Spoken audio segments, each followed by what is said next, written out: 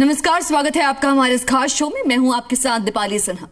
Busy lifestyle, खराब खान पान की वजह से आज हर दूसरे व्यक्ति को कोई ना कोई शारीरिक परेशानी हो रही है और इनमें से एक है डायबिटीज। डायबिटीज के प्रति लोग ज्यादा जागरूक नहीं हैं, लेकिन ये एक गंभीर विषय है, गंभीर बीमारी है। डायबिटीज की वजह से किडनी की परेशानी होना, बीमारी होना जो कभी कभी जानलेवा साबित हो जाती है। इससे कैसे बच सकते हैं आप डायबिटीज से और डायबिटीज की वजह से होने को किडनी डिजीजेस से, आज हम आपको इसके बारे में जानकारी देंगे। हमारे साथ डॉक्टर्स का एक खास पैनल मौजूद है। Doctor Ritesh Bansal, diabetologist, Saroj diabetes clinic, Shahdara, east Delhi. Doctor Nimish Gupta, DM, nephrologist, SSB hospital, Faridabad. Doctor Anirban Biswas, diabetologist, Anirban Biswas clinic for diabetes, south Delhi. आप सभी का बहुत बहुत स्वागत है हमारे इस खास शो में। डॉक्टर रितेश, सबसे पहला सवाल मैं आपसे लेना चाहूंगी, डायबिटीज क्या होती है और डायबिटीज को कैसे टेस्ट किया जा सकता है? डायबिटीज अगर हम बात करें तो हिंदी में डायबिटीज को मधुमेह भी बोलते हैं, यानी कि ऐसी बीमारी जिसमें हमारा शुगर लेवल्स बॉडी में बढ़ जाते हैं। तो डायबिटीज एक मेटाबॉलिक डिजीज है, यानी कि ऐसी बीमारी जिसमें हमारा शुगर लेवल बढ़ने के कारण हमारे को प्रॉब्लम्स आ सकती हैं, कॉम्प्लिकेशंस हो सकते हैं। डायबिटीज ब्रॉडली दो तरीके की होती है। डायबिटीज एक होता है टाइप 1 और एक होता है टाइप 2। टाइप 1 जिसमें हम बोलते हैं कि इंसुलिन बॉडी में बिल्कुल भी नहीं बनता, जो कि एक हार्मोन है जो कि हमारे शुगर को कंट्रोल करता है। तो टाइप 1 में वो बिल्कुल नहीं बनता।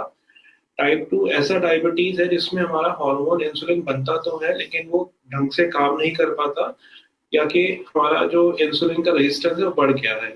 दोनों ही टाइप 1 हो या टाइप 2 हो, और भी तरह के डायबिटीज होते हैं इसके अलावा, जो कि हम न्यू फॉर्म्स ऑफ डायबिटीज बोलते हैं। बट अगेन, डायबिटीज में शुगर लेवल बढ़ने के कारण आपके हार्ट पे, आपकी किडनी पे, आपके लीवर पे, आपके पैरों की नसों पे या आपके आंखों पे, इन सब पे आपका डायबिटीज का इफेक्ट आने के कारण प्रॉब्लम होती है। डॉक्टर निमिष, मैं आपसे जानना चाहूंगी, diabetes patients chronic kidney diseases को कैसे मैनेज कर सकते हैं? हाँ, देखिए, डायबिटीज से कॉमन कारण है सबसे ज्यादा किडनी खराब होने का वर्ल्ड ओवर, और हमारी कंट्री तो डायबिटिक कैपिटल है ही।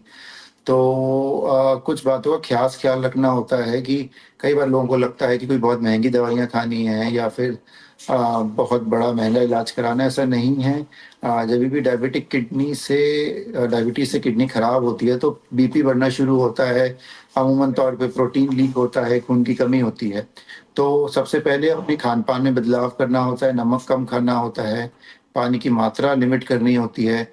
कोई भी चीज़ हानिकारक जो किडनी को हो सकती हैं, जैसे कि पेन किलर्स या कोई हैवी एंटीबायोटिक्स, वो सब बंद करना होता है, और अपने ब्लड प्रेशर को अच्छा से कंट्रोल करना होता है, और बाकी खाने पीने की चीज़ों का ध्यान रखें तो हम डायबिटिक किडनी डिजीज़ की जो प्रोग्रेशन होती है, जो बढ़ोतरी होती है, डायलिसिस की तरफ अग्रसर होती है बीमारी, उसे रोक सकते हैं।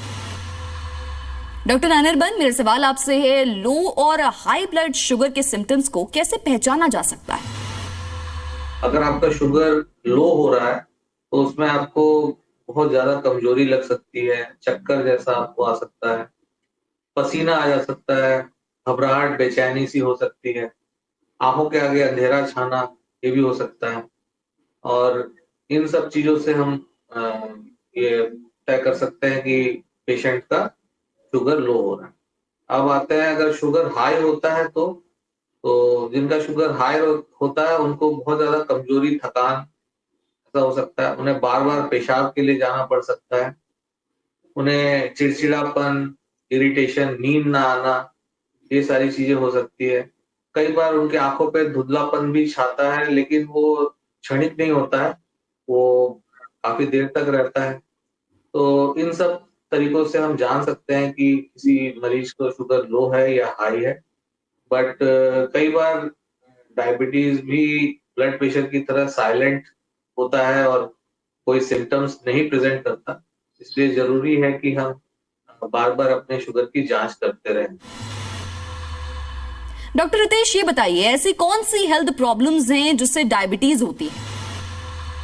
देखिए, डायबिटीज जैसा कि मैंने बताया शुगर लेवल्स बढ़ते हैं, ये एक मल्टी फैक्टोरियल कॉजेशन होता है, यानी कि एक सिंगल रीजन नहीं है जो डायबिटीज को पेशेंट को डायबिटीज हो जाता है। तो इसमें काफी सारी चीजें होती हैं जो कि लिंक होती हैं डायबिटीज को करने में या डायबिटीज के इंसिडेंस को बढ़ाने में। तो हम उसमें दो फैक्टर्स बोलते हैं, एक होता है मॉडिफाइबल, एक होता है नॉन मॉडिफाइबल। मॉडिफाइबल यानी कि जिसको हम चेंज कर सकते हैं, तो उसमें आता है, पहला कारण हो सकता है आपका सेडेंटरी लाइफस्टाइल, यानी कि पेशेंट वॉक नहीं कर रहा है, पेशेंट बिल्कुल लेथार्जिक है, पेशेंट सेडेंटरी लाइफस्टाइल जी रहा है। सेकेंड हो सकता है खान पान का इशू, पेशेंट बहुत जैसे कहते हैं कि एक हेल्दी बैलेंस डाइट का सेवन ना करके मीठा ज्यादा खाना या शुगरी चीजें लेना या फास्ट फूड कंज्यूम करना।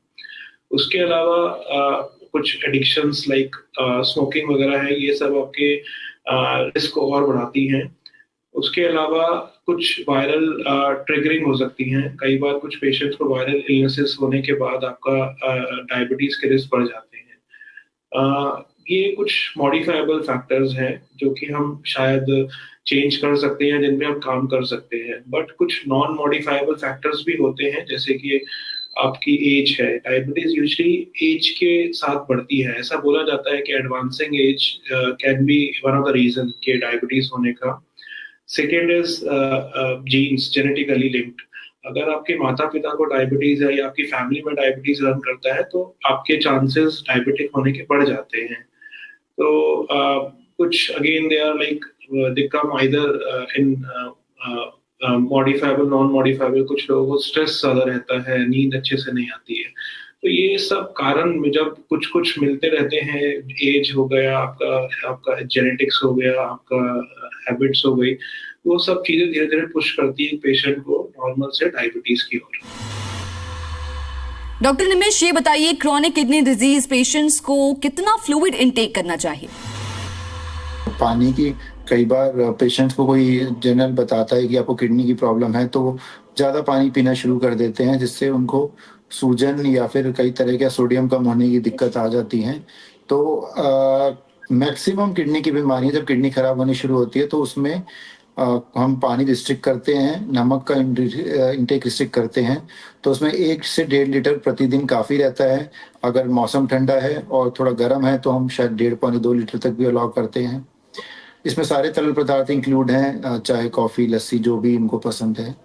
दूसरा, कई तरह की ऐसी बीमारियां होती हैं जिसमें नमक और पानी लूज करते हैं। तो सारी किडनी की बीमारियों में ऐसा नहीं होता कि पानी सूजन आती है और नमक और पानी एक्सेस होता है। कई ऐसी भी होती हैं कि जिसमें लूज करता है, वो कंसंट्रेट नहीं कर पाती। उसमें उल्टा होता है, उसमें हम नमक और पानी की मात्रा ज़्यादा लेने को बोलते हैं। तो बीमारी टू बीमारी है, पर जैसे अभी टॉपिक डायबिटीज़ है, तो अमूमन तौर पे डायबिटीज़ के जो पेशेंट है जिनसे इनकी किडनी खराब होती है, उनको अपना पानी और नमक रिस्ट्रिक्ट करना पड़ता है।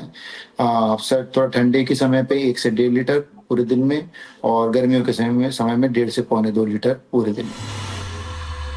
डॉक्टर अनिर्बन, आपसे जानना चाहूंगी, ब्लड शुगर का टेस्ट कितनी बार करना चाहिए?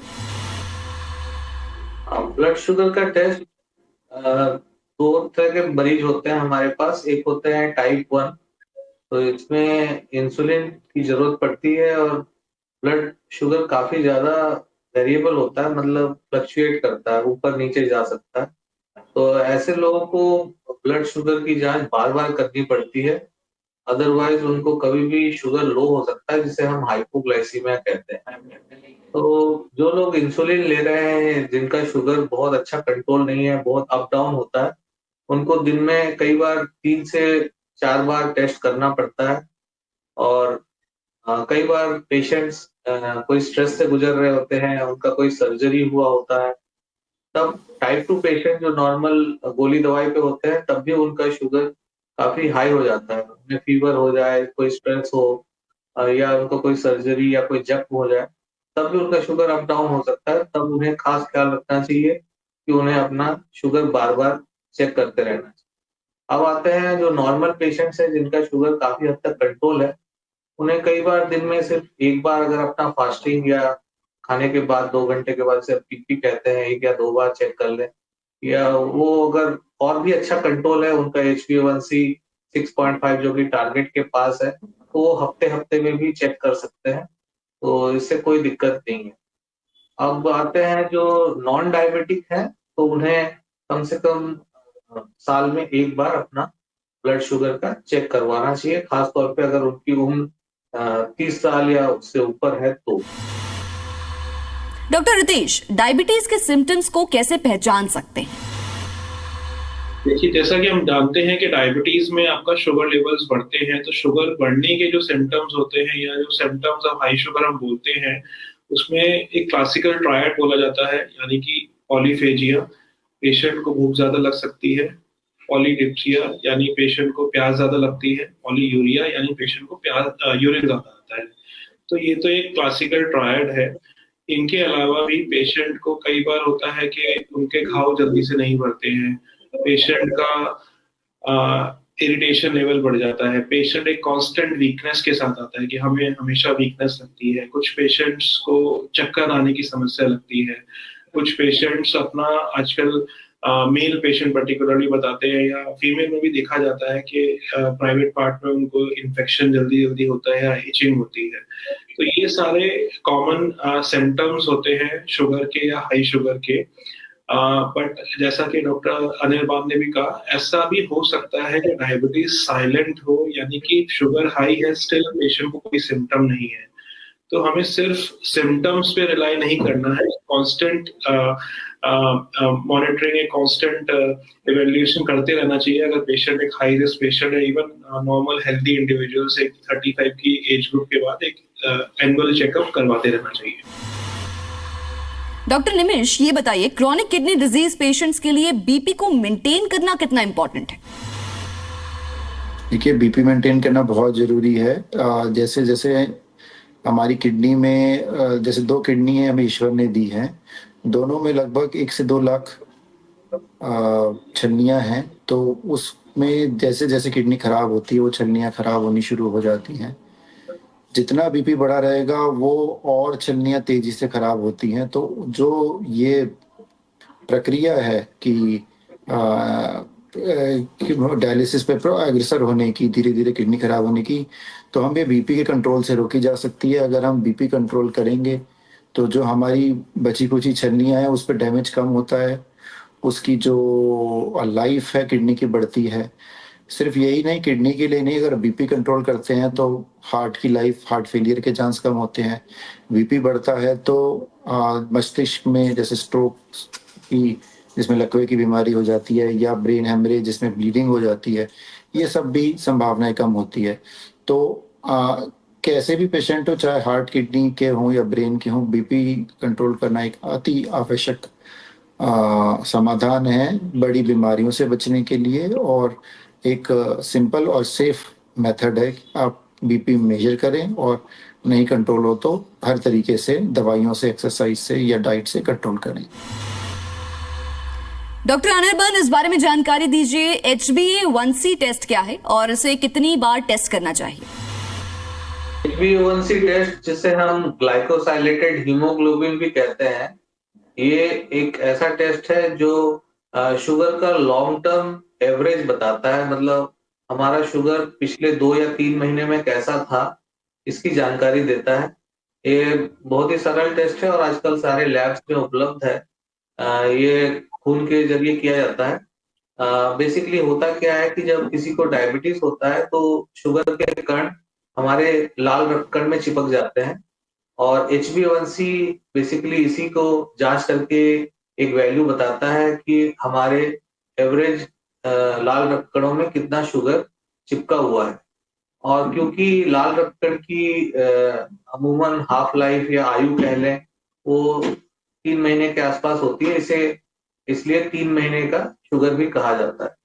ये काफी अच्छा टेस्ट है और इसके जरिए बार बार ना चेक करते हुए भी मरीज अपना शुगर का ख्याल रख सकता है। जिन्हें डायबिटीज है उन्हें HbA1c हर 3 महीने में कराने की सलाह दी जाती है, और जिन पेशेंट्स को अभी डायबिटीज हुआ नहीं है, जो नॉर्मल है, उन्हें साल में एक बार अगर वो HbA1c अपना एनुअल हेल्थ चेक के दौरान करवा ले तो ये काफी है। डॉक्टर रितेश, फास्टिंग और without fasting normal blood sugar कितना होना चाहिए? तो इसमें बेसिकली 3 कैटेगरीज है, एक होता है नॉर्मल, एक होता है प्री डायबिटीज, एक होता है डायबिटिक वैल्यूज। तो नॉर्मल की अगर बात करते हैं तो फास्टिंग अगर हमारा 100 mg पर डेसीलीटर से नीचे है तो हम उसको नॉर्मल बोलते हैं। अगर हम खाने पीने के बाद की बात करते हैं तो अगर 140 से नीचे है तो हम उसको नॉर्मल बोलते हैं। ये हो गया नॉर्मल रीडिंग्स।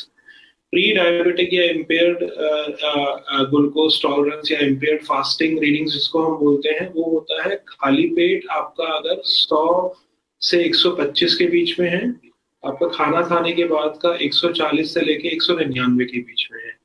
अगर कोई पेशेंट जिनकी वैल्यूज खाली पेट 126 से ज्यादा है या 126 mg पर डेसीलीटर खाली पेट और खाना खाने के बाद 200 या 200 से ऊपर है तो उसको हम डायबिटिक रेंज बोलते हैं। तो हमें मोटा मोटा ये याद रखना है कि खाली पेट 100 से नीचे होता है और खाना खाने के 2 घंटे के बाद 140 से नीचे नॉर्मल होता है। उससे ऊपर अगर कोई भी वैल्यू जा रही है तो या तो वो प्री डायबिटिक है, पेशेंट रिस्क पे है डायबिटीज के, या पेशेंट की रेंज डायबिटिक है।